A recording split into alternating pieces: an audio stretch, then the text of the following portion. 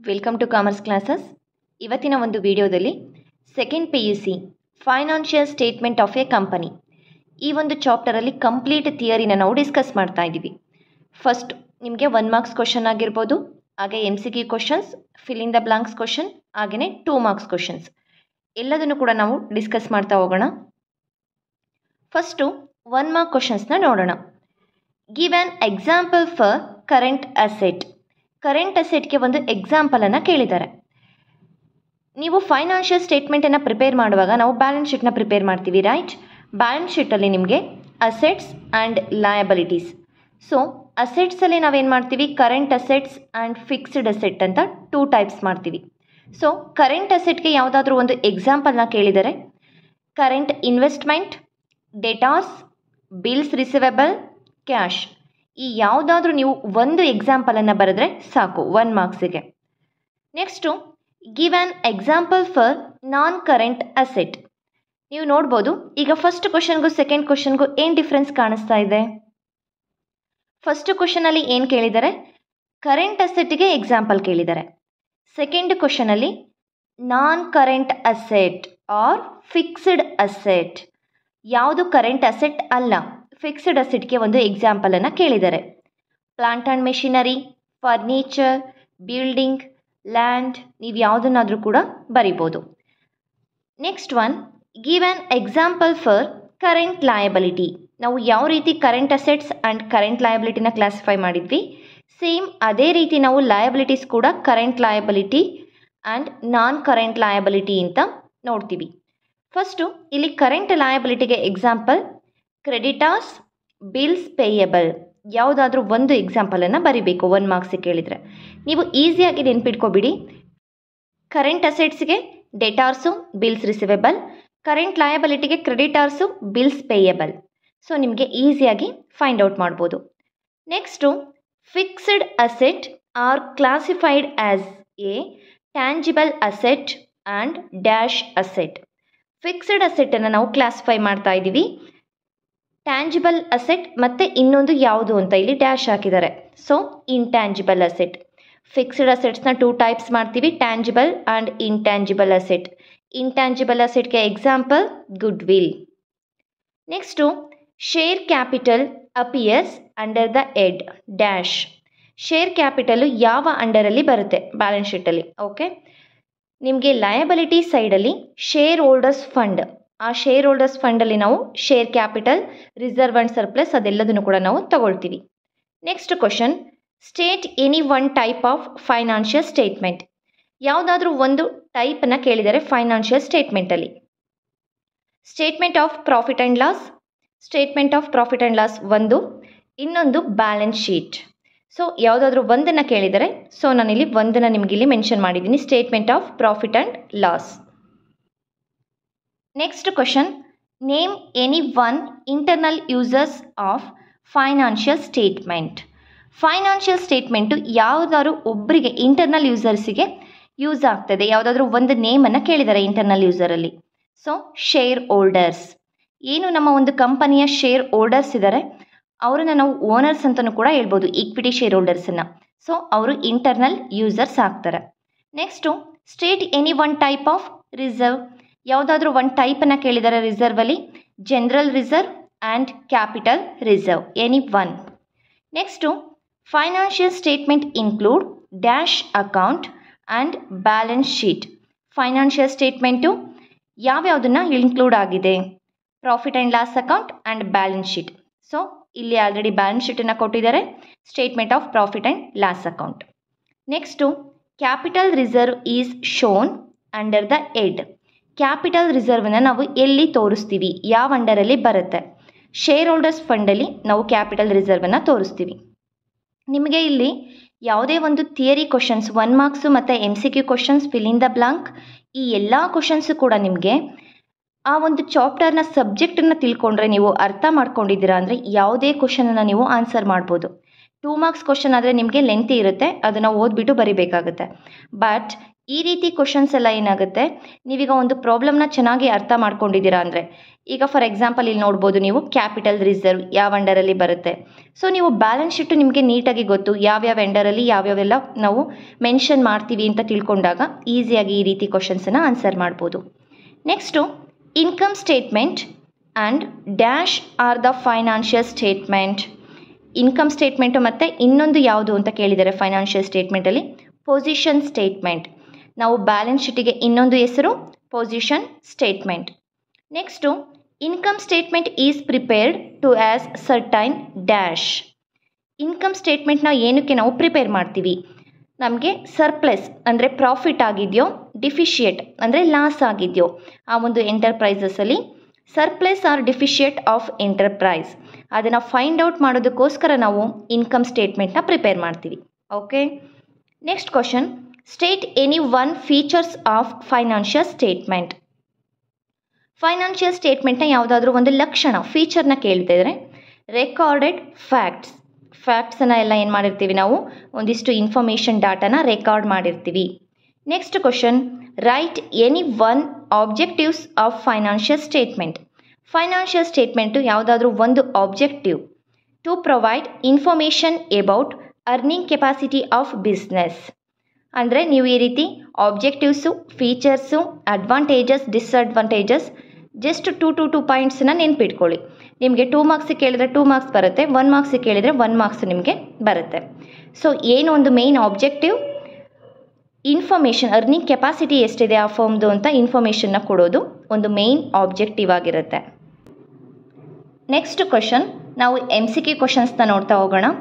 Financial statement generally include option A comparative statement, option B fund flow statement, option C income statement and balance sheet, option D none of the above.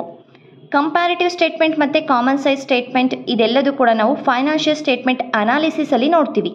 Analysis ಮಾಡುವಾಗ ಈ ಮೆಥಡ್ಗಳನ್ನು use ಮಾಡ್ತೀವಿ.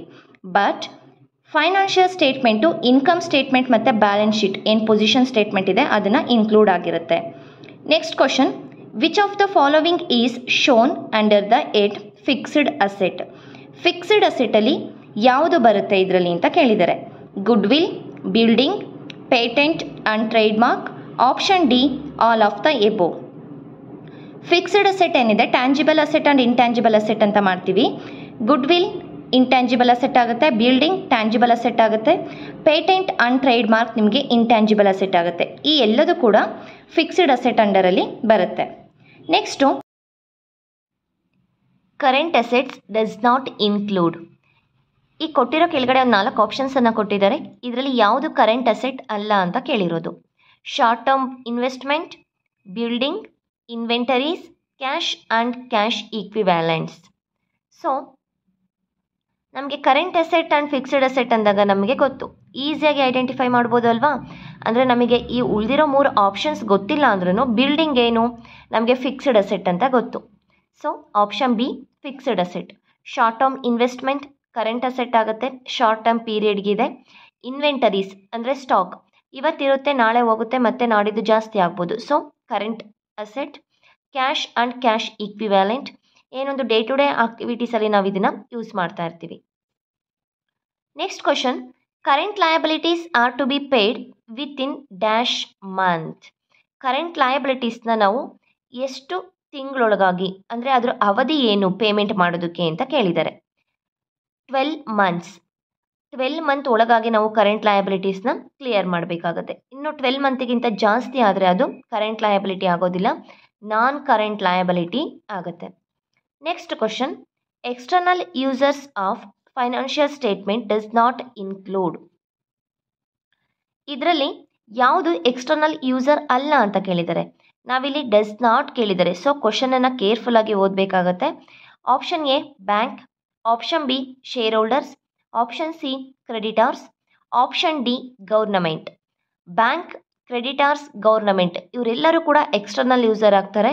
ಈ share holder ಏನಿದ್ದಾರೆ ಇವರು ಆ ಒಂದು ಬಿಸ್ನೆಸ್ಸಿಗೆ internal users ಆಗಿರ್ತಾರೆ. So ಇದರಲ್ಲಿ ಯಾವುದು ಎಕ್ಸ್ಟರ್ನಲ್ ಯೂಸರ್ ಅಂತ ಅಲ್ಲ ಅಂತ ಕೇಳಿದ್ದಾರೆ, option B.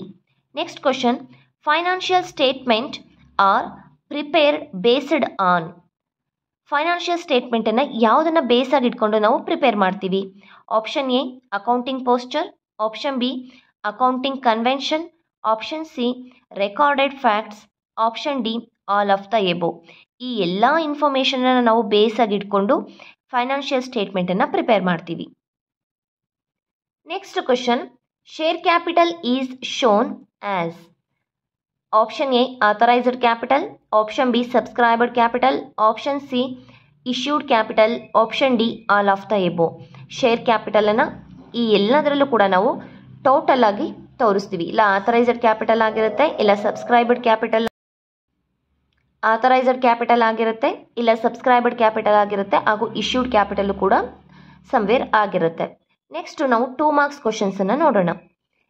Give the meaning of financial statement. Financial statement ಅಂದರೆ ಏನು? ಮೀನಿಂಗನ್ನು ಕೇಳ್ತಾರೆ ನಿಮಗೆ 2 ಮಾರ್ಕ್ಸಿಗೆ. Financial statement is a summary of accounts of a business enterprise which provide information regarding position and performance of the business at the end of the financial year.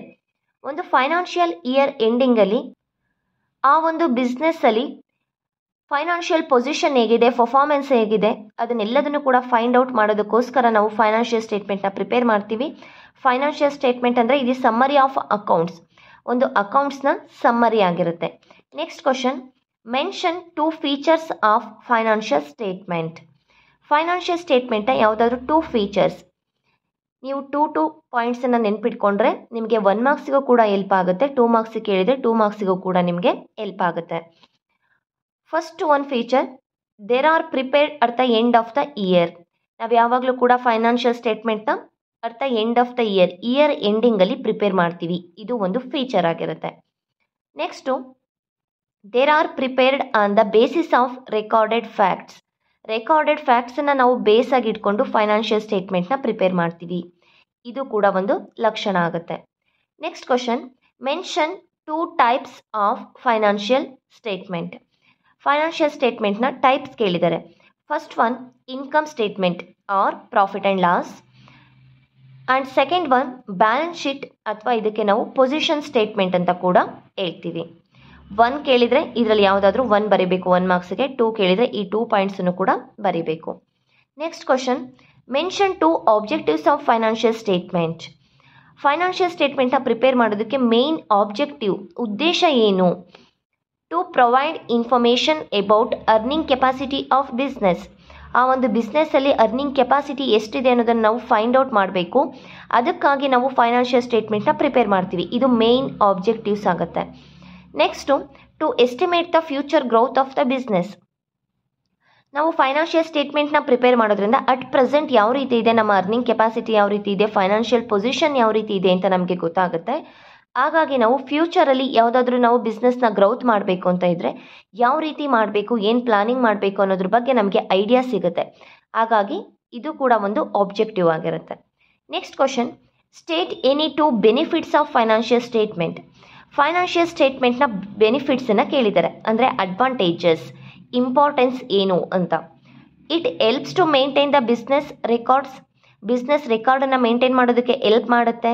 Decision making, ಫ್ಯೂಚರಲ್ಲಿ ಏನಾದರೂ ನಾವು decision ತೊಗೋಬೇಕು ಅಂದಾಗ ನಮಗೆ financial ಸ್ಟೇಟ್ಮೆಂಟಲ್ಲಿ ನಾವು ನೋಡಿದಾಗ ಯಾವ ರೀತಿ ಡಿಸಿಷನ್ನ ತೊಗೋಬೋದು ಅನ್ನೋದಕ್ಕೆ ಹೆಲ್ಪ್ ಆಗುತ್ತೆ.